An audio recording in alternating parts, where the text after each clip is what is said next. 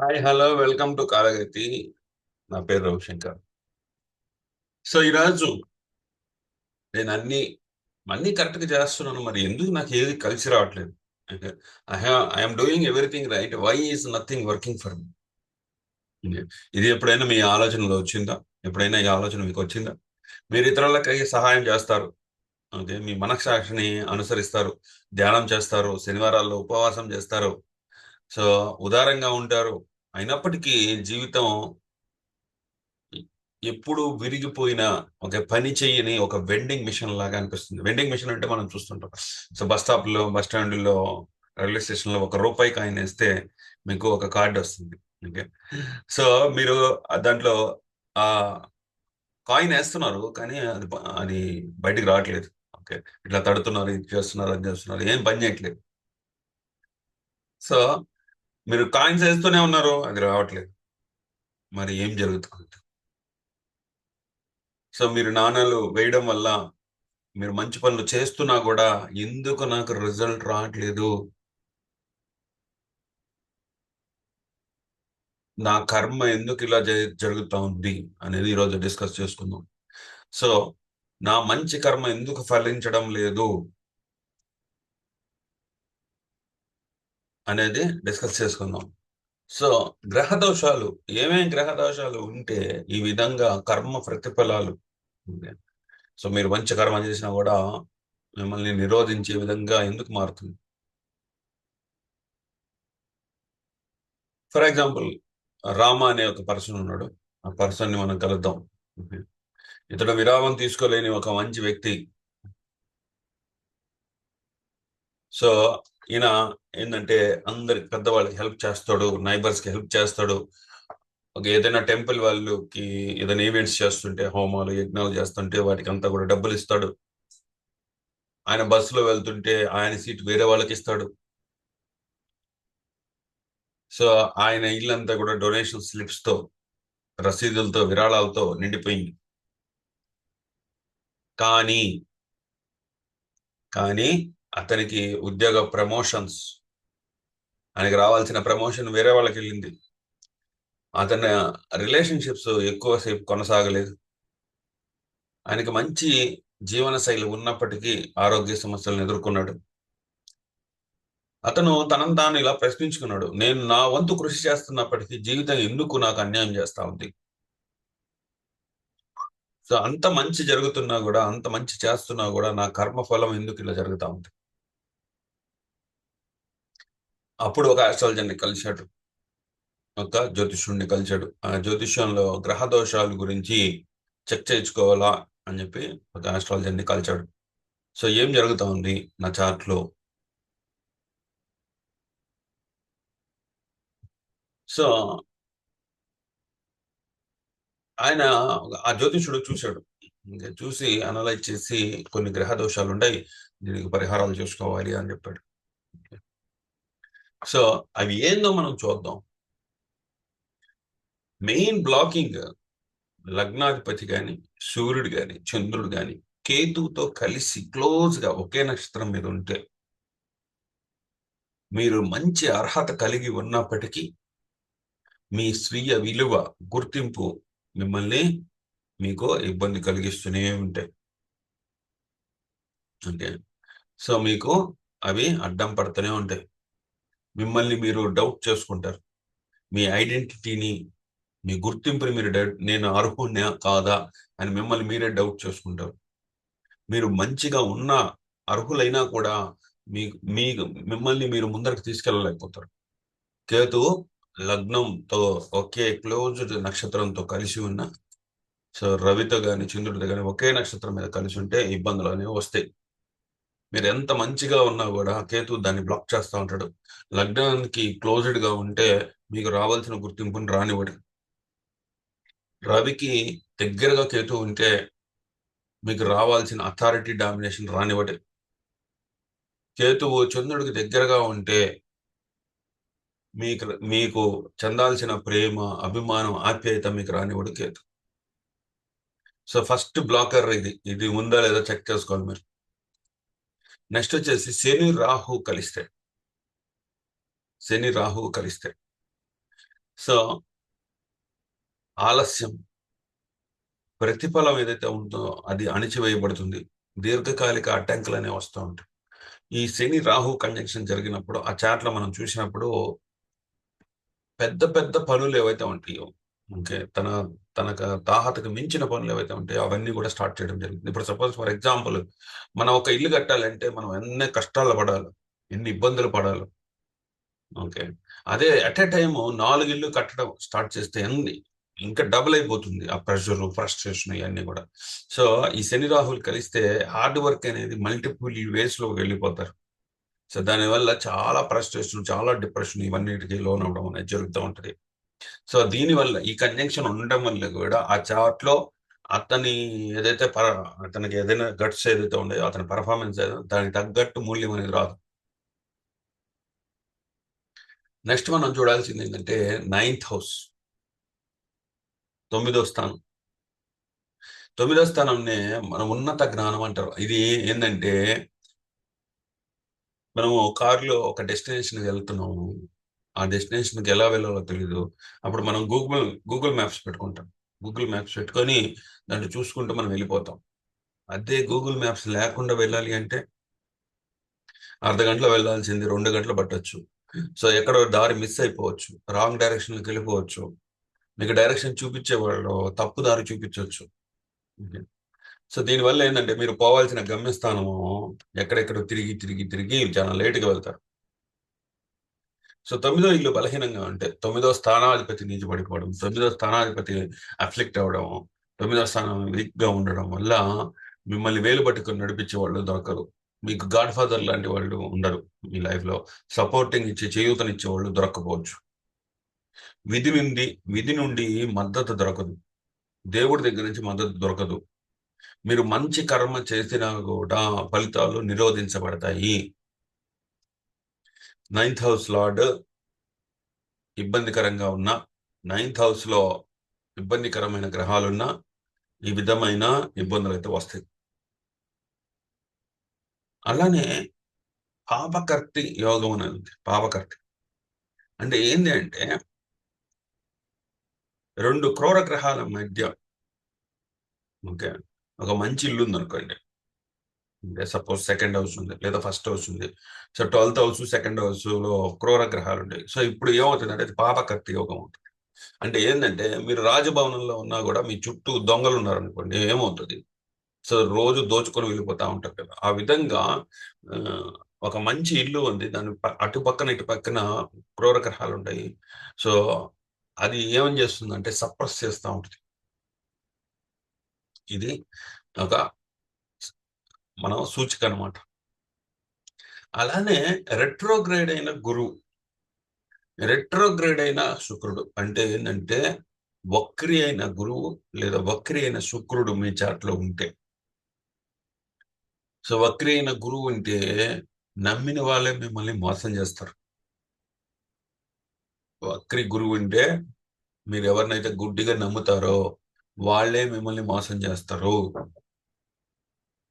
వక్రి శుక్రుడు ఉంటే మీరు వెతుకొని ఒక రాంగ్ పర్సన్ ని చూజ్ చేసుకుంటారు మీరు రిలేషన్షిప్ లోకి. మీరు ప్రేమ మరియు జ్ఞానాన్ని స్వేచ్ఛగా ఇస్తారు, కానీ అది మీకు వర్కౌట్ కాకపోవచ్చు.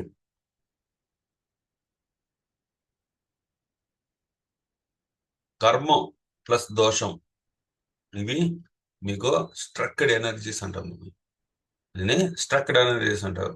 ఇప్పుడు సపోజ్ మీరు ట్రాఫిక్ సిగ్నల్ దగ్గర వేచి ఉన్నారు, మీ గ్రీన్ లైట్ పడింది, కానీ ముందర వెళ్ళే దారిలో రోడ్డుకి అడ్డంగా చెట్టు పడిపోయి ఉంది. సో గ్రీన్ సిగ్నల్ ఉన్నా కూడా మీరు ముందరకు వెళ్ళలేరు, ఎందుకంటే పెద్ద చెట్టు ఇరిగిపోయి రోడ్డు మీద పడిపోయి ఉంది. దీన్నే గ్రహ దోషం అంటారు. సిగ్నల్ వెళ్ళండి అని చెబుతుంది, కానీ మీరు ఏం చేయలేని పరిస్థితి. సో ఈ దోషాలు అనేవి ఇంకా చాలా ఉంటాయి, చెప్పాల్సిన చాలా ఉన్నాయి. ఈ దోషాలు అనేవి శిక్షలు కావు, ఇవి ఇవి ప్రాసెస్ చెయ్యని కర్మ.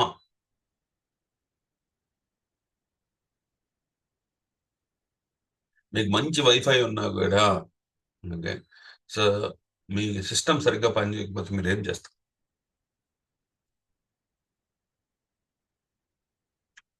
సో మీ చార్ట్లో, సో మీ లైఫ్లో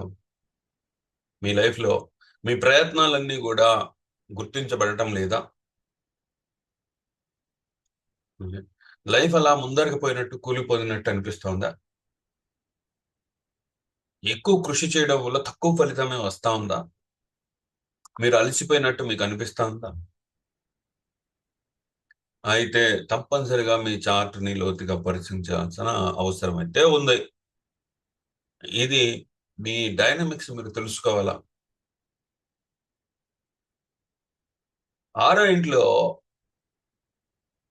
ఉదాహరణకి ఆరో ఇంట్లో బలమైన గురుగ్రహం ఉంది. ఓకే. సో అక్కడ ఆరో ఇంట్లో గురువు ఉండడం వల్ల రోజువారీ దినచర్యలో మీరు స్పిరిచువల్గా రోజువారీ దినచర్యలన్నీ ఫాలో అవుతూ ఉంటారు. ఇంకా స్పిరిచువాలిటీ ఎక్కువ ఉంటుంది. సో కానీ ఆరో స్థానం ఏం చేస్తుంది? మనకు నచ్చని పనులు చేయమంటూ ఉంటుంది. సో గురువు ఇక్కడికి రావడం వల్ల స్పిరిచువాలిటీ, ఆధ్యాత్మిక విషయాలు ఇవన్నీ కూడా మనకి నచ్చవు. కానీ ఆరో ఇల్లు బలవంతంగా చేపిస్తుంది. అప్పుడు మనం చాలా ఇబ్బందికరంగా ఫీల్ అవుతాం. మనకు నచ్చని పనులు మనం చేస్తుండేటప్పుడు.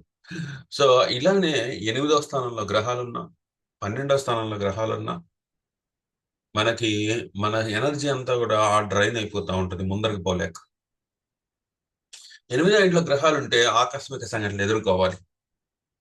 ఏమేం గ్రహాలు ఉంటాయో ఆ విషయాల్లో మీరు ఆకస్మిక సంఘటనలు ఎదుర్కోవాల్సిందే. 8వ ఇంట్లో రవి ఉంటే మీ గౌరవ మర్యాదకు సంబంధించిన విషయాల్లో మీరు ఆకస్మిక సంఘటనలు ఎదుర్కొంటారు. చంద్రుడు ఉంటే మీ లవ్, ఎమోషన్స్, ఎఫెక్షన్స్ విషయంలో మీరు ఆకస్మిక సంఘటనలు ఎదుర్కొంటూ ఉంటారు. సో ఇలాగ ఏ గ్రహం ఉంటే ఆ విషయాల్లో ఆకస్మిక సంఘటనలు మీరు ఎదుర్కోవాల్సిందే, తప్పదు. అదే 12వ స్థానంలో గ్రహాలు ఉంటే మీరు ఎంత చేసినా కూడా ఆ విషయాల్లో ధన సమయ వ్యయాలు వృధా అయిపోతా ఉంటాయి. సపోజ్ బుధుడు 12వ స్థానంలో ఉన్నారనుకోండి, మీరు కమ్యూనికేషన్ తెలివితేటలు చూపిస్తే ధన సమయ వ్యయాలు వృధా అయిపోతుంటాయి. అంటే మీ తెలివితేటలు మీరు కొద్ది రోజులకి మ్యూట్ చేసేస్తారు. ఎందుకు వచ్చిన గొడవలు ఇది, అంత ధన సమయ వ్యయాలు వృధా అయిపోతున్నాయి. అదే రవి 12వ స్థానంలో ఉంటే మీరు అథారిటీ, డామినేషన్, టాప్ పొజిషన్ కోసం ప్రయత్నించే కొద్దీ ధనము, సమయము వృధా అయిపోతా ఉంటుంది. మరి ఇలా ఉంటే చార్ట్ లో ఇట్లాంటి కాంబినేషన్స్ అరుదుగా మనం చూస్తూ ఉంటాం. ఈ కాంబినేషన్స్ ఉండేటప్పుడు ఆ వ్యక్తి ఎంత పటిష్టంగా ఉన్నా కూడా చేసిన పనికి ప్రతిఫలం రాకపోవచ్చు.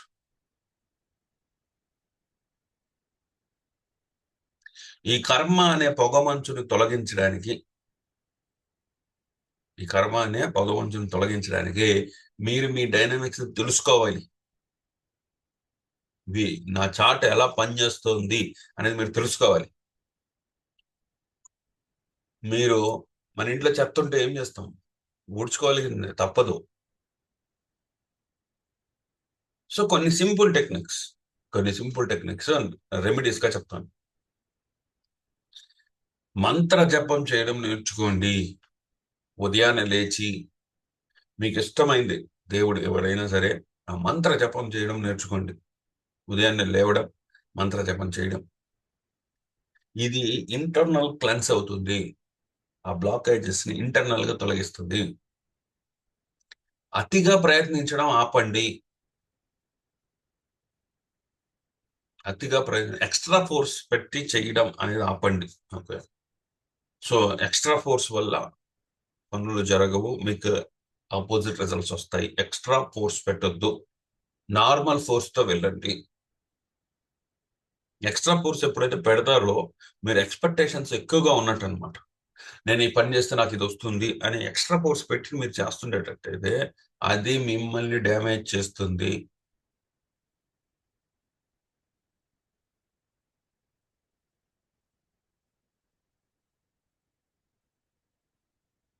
మీరు ఎక్కడైతే ఇబ్బంది పడుతున్నారో, ఓకే, ఏ విషయాల్లో అయితే మీరు ఇబ్బంది పడుతున్నారో ఆ విషయాల్లో మీరు ఇవ్వడం నేర్చుకోండి. ఓకే. ప్రేమ అనే విషయాల్లో మీరు బాధపడుతున్నారంటే మరొకరిని మీరు మరొకరికి ప్రేమను చూపించండి. అది మీ వీధిలో కుక్క అవ్వచ్చు, పిల్లి అవ్వచ్చు. మీ ఫ్యామిలీ మెంబర్స్ మిమ్మల్ని ప్రేమించడం లేదంటే మీరు ప్రేమ ఇవ్వడం నేర్చుకోండి ఫస్ట్. ఒక చెట్టుకు నీళ్లు పోయండి, ఒక పిల్లికి పాలు పోయండి, కుక్కని బిస్కెట్స్ వేయండి, కోతులకి అరటిపళ్ళు పెట్టండి. సో ప్రేమించడం నేర్చుకోండి. ఆ తర్వాత ఆటోమేటిక్ గా మీకు ఆ ప్రేమ అనేది వెనక్కి వస్తుంది. ఒకవేళ మీకు జాబ్ విషయాల్లో సమస్యలు ఉన్నాయి, సో ఎవరైనా జాబ్ చేసే వాళ్ళకి మీరు హెల్ప్ చేయండి. ఎవరైనా లిఫ్ట్ అడిగితే లిఫ్ట్ ఇవ్వండి. ఎవరైనా జాబ్ ఇంటర్వ్యూకి పోతుంటే తీసుకెళ్ళండి.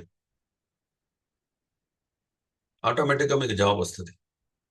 అదే మీకు పెళ్లి కావట్లేదు, మీరు అన్ని మీ ఇంటికి ఏదైతే పెళ్లి కార్డు వస్తుందో ఆ పెళ్లి అన్నిటికీ వెళ్ళండి. మీకు తోచిన సహాయం చేయండి. మీరు గిఫ్ట్ ఇస్తారా, లేకపోతే వడ్డిస్తారా, లేకపోతే ఇంకో పని ఏదైనా చేస్తారా, మొత్తానికి ఏదో ఒక పని చేయండి. దానివల్ల మీ చాట్లో ఉండే దోషాలు ఇవన్నీ కూడా ఒక మంచి వైబ్రేషన్ తొలగిపోతాయి. అప్పుడు మీకు మ్యారేజ్ అవ్వడం అనేది జరుగుతుంది. మీరు ఆర్థికంగా నిరోధించబడుతున్నారా? ఓకే, మీకు రావాల్సిన డబ్బులు రావట్లేదా?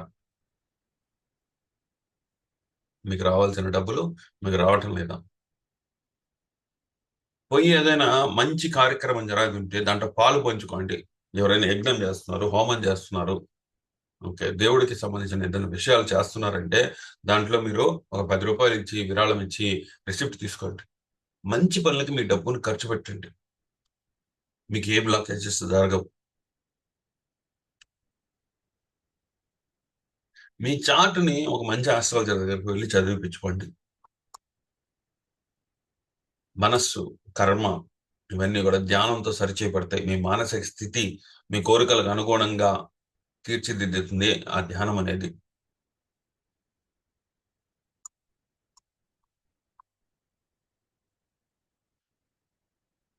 సో మనకి ప్రాబ్లమ్స్ అనేవి మీరేదో శపించబడ్డారనో, లేకపోతే మీకు ఏదో కర్మలు ఉన్నాయనో అవి కాదండి. అజ్ఞానం వల్లే ప్రాబ్లమ్స్ వస్తున్నాయి. మనకు ఆ సబ్జెక్ట్ తెలియదు, ఇగ్నోరెన్స్ ఉంది. అందువల్ల మనం ఆ పని చేస్తుంటే మనకి రాంగ్ రిజల్ట్స్ వస్తాయి.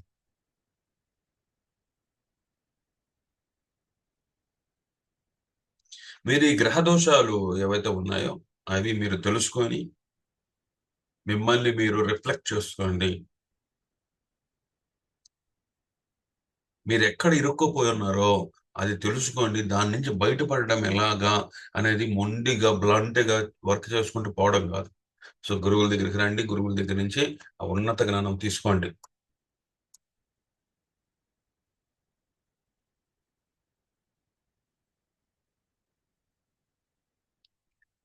So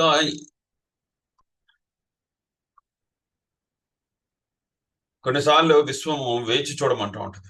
okay. సో టైం పడుతుందనమాట. కొన్ని గొప్ప కార్యక్రమాలు జరగాలి అంటే టైం పడుతుంది. అది మీకు శిక్ష వేసినట్టు కాదు. మిమ్మల్ని సిద్ధం చేస్తున్నట్టు అనమాట కొన్నిసార్లు.